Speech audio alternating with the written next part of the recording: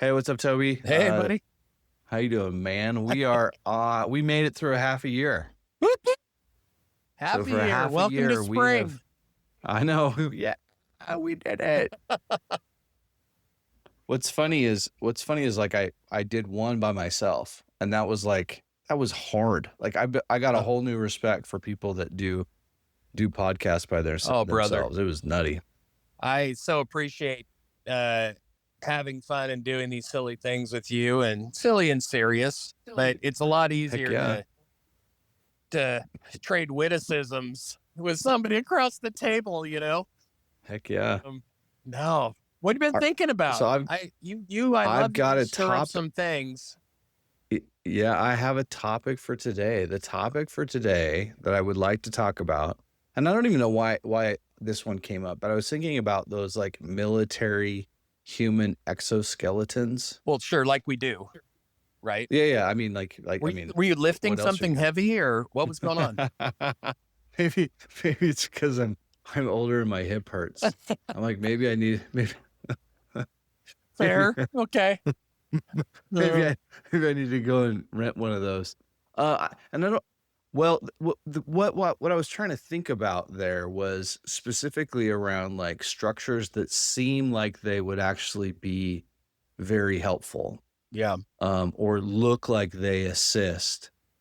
And it also feels like every time those little exoskeleton things happen, and maybe it was an infomercial. I don't know why I was thinking about this, but but you're always kind of like, oh man, that looks cool, but then like Oh, for they sure. never work. Yeah, no. Like we want them to work like Avatar, right? Or like Alien, Yeah, where they just flawlessly pivot. It's almost like they understand what you're going to do. yeah, yeah, I've never experienced anything that works remotely like that. yeah. Oh, Well, and then the other funny thing is like they're always marketed as like military grade and they'll help people. And you're like, these dudes are like the strongest like badasses out there. And you're like, you're gonna give them an exoskeleton to slow them down? yeah, Like a little bit encumbered. like maybe just go old school and use your body. But anyway, so the thought here is just really around from a process standpoint. Yeah. I think a lot of businesses build up these exoskeletons around tooling. Oh, dude. Right? And so Yeah. and so our daily work is this exoskeleton clunky thing Ugh. where we've got to put a piece of our day, and it's almost always the trifecta of some ERP or some sort of system like that, a ticketing system, Yep. a PowerPoint deck, Excel, Ugh. and pick 12 other tools. Right. Yeah. Well, and some of the clunkiness today is it's different than when you and I first entered the workforce in the 90s, right? Because we have Oh yeah. two-factor authentication. Everything is in the cloud. We're working remotely, Yeah. whether it's from home or somewhere else. So there's all these additional layers. And then the malcontents, those maliciously oriented, fierce agended uh, monsters are out there figuring out how do I crawl into all of their stuff that I'm not supposed to be in. Oh yeah. And so even if the software has been tuned after decades, there's all these extra layers of exoskeleton that have nothing to do with the motion we're trying to accomplish. Yeah. Oh yeah. Dude, I No, love it this. totally is. It's almost like if a reptile like never shed its skin. It was just dragging along years of Just dead just skin. just dragging to like, why do you have that? We're not sure. Yeah. We're Henry over there, he just won't shed his skin. He just wants to hold on to things. Henry is so selfish hanging on to all that Yeah. dead skin. Henry. Like that's an example of why do we do this report? Yeah. TPS reports, baby. Yeah. What do you do here? You raise a really interesting point too. And I want to go back to what you said about, we talk about military grade, which generally means that we're talking about physical tasks Yeah. that are being performed by generally younger people Yep. at or near their peak physical condition. So they've Yep. already been tuned and Yep. optimally aligned. Let's benefit of the doubt. We always know exceptions. Yep. We all saw Stripes. Bill Murray's Yep. not uh, Delta Force of one kind of specimen, but he's funny. So, but here we have people that are tuned for the work at hand.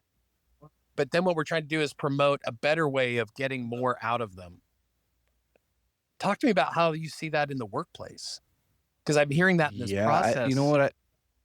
No, what's interesting is like, I think, developers happen to be, they're one of the highest paid like careers. Yeah. And I think it's because they are forced to build stuff that's repeatable. Mm. And sometimes like they also, what's interesting about developers is oftentimes they have the ability to just basically ignore things. Like they're one of the few careers where they can put on blinders, Yeah. and it's kind of okay if they're respected by their peers. Yeah. But you go into other, like you go into a marketing, like, or creative stuff, like a lot of that work is just reactionary, or can be at least. Right. That's And then interesting. the management layer, like the exoskeleton reporting management layer that people put on is that has just always been fascinating to me. Mm-hmm. because the report's never good enough, and so it's always changing. Yeah. And so that and oftentimes the process doesn't fully support the report, so the report has to be altered or changed or whatever in order to meet a need. And then the process stops, but the report continues, just keeps going. It's like the Energizer Bunny. The thought that crosses my mind as you start to talk about management reports and the inadequacies there, and the exoskeleton of reporting up to leadership, it makes me think that the optimally tuned organism that is the organization has maybe outgrown, and it's not figured out how to shed its skin. Like, I don't know that organizations at thousands of people are really an optimal organism. I think it's something that's done for economies of scale. It's done for a myriad of reasons, but I think that we're still very tribal. And so our optimal working teams are probably that tribal range. I think the approximate number and the number of relationships, healthy relationships where we can see one another's worth and identify boundaries and how we work together, that number really maxes out at something like 60. Yeah. And so we talk about departments, maybe at that size, and then we have managers inside of departments. But I don't think that organizations were ever intended to report up for thousands of people across multiple time zones, multiple continents. And therefore it's inherently broken, perhaps. It's just bad exoskeleton. Yeah. Well, and I think what's hard is like, because the larger you get, the more control you have to have. Right. Oh, right? Or perceived control. Yeah. And so you have to report on that somehow. And the other thought that I had, recently was like, does reporting structure or business reports limit innovation? And because I was talking to a friend, because I did I did some Salesforce work 3 or 4 years ago. Okay. And one of the things that we wanted to change is we want to actually make the system better, but because of one of our measurements, I couldn't actually make a change because it was going to make the manual response time go from, less than 2 days to 2 seconds, because we were automating it, and we were automating it for a very specific purpose, which was anytime in these ticketing systems, when you send an email, it captures that email and it basically links all those emails together. Well, what was happening with the Salesforce implementation, they would send it to the client, but it would be before hours, and then we'd get a reply, and then all of a sudden they'd have 12 tickets. Oh. And so we had to fight very hard to do the auto response piece, because it would have took your 2-day or 12-hour or whatever response time down to 2 seconds, and then it just basically killed their metric. And you're like, no, I'm solving a real problem over here. But there was this exoskeleton of something that had to be met, that really was met because of when we started it, we just didn't know. Yeah.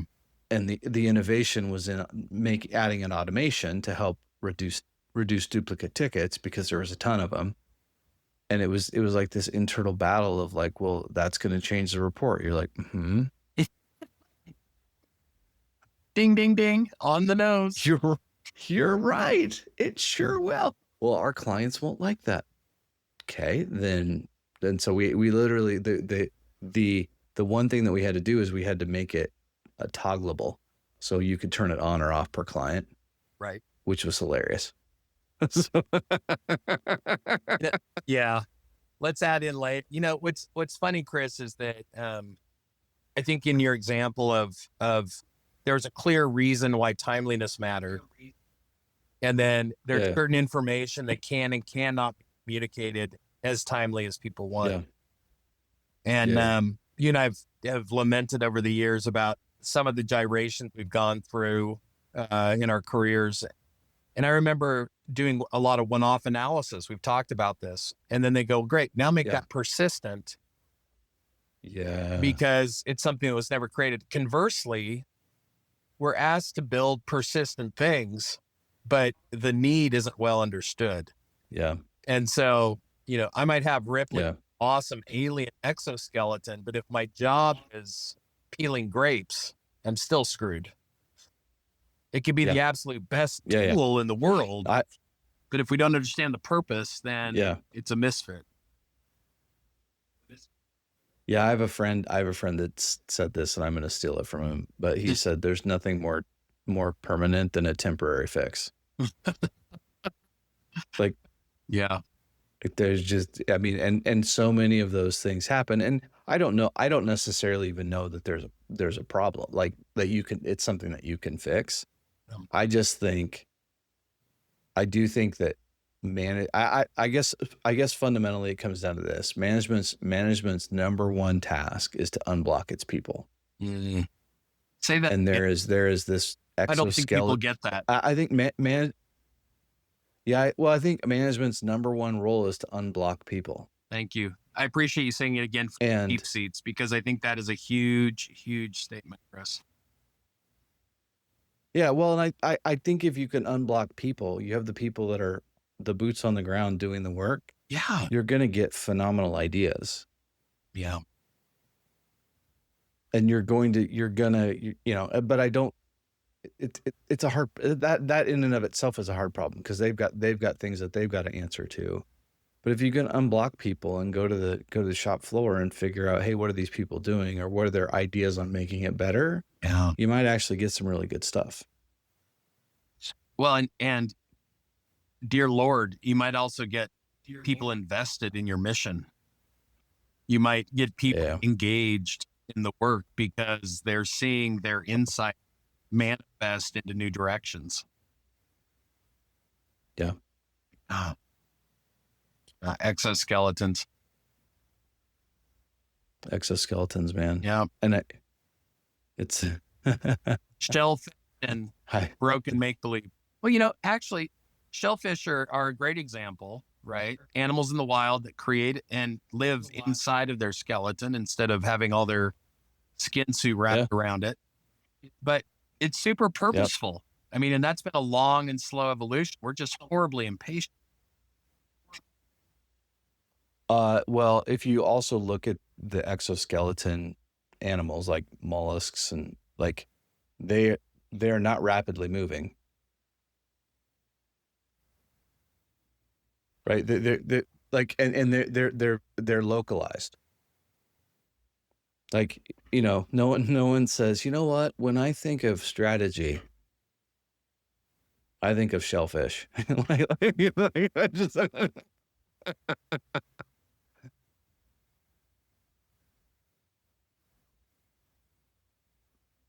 I think from a seasonal like I think companies have to play that strategy. And but that doesn't necessarily mean that like yeah, it has to be intentional.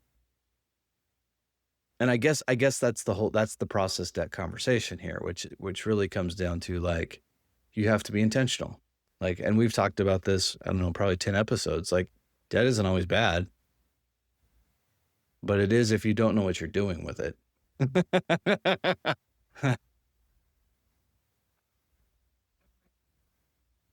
Oh yeah. Oh, so brutal.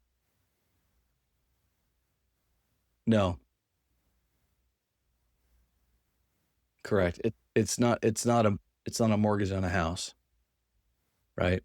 It's it's it's it's it's something that I did and I wanted to shortcut the system in order to do a thing. And you gotta you're if someone's gonna have to pay the piper or someone's gonna have to be the fall guy. Like that's how it works.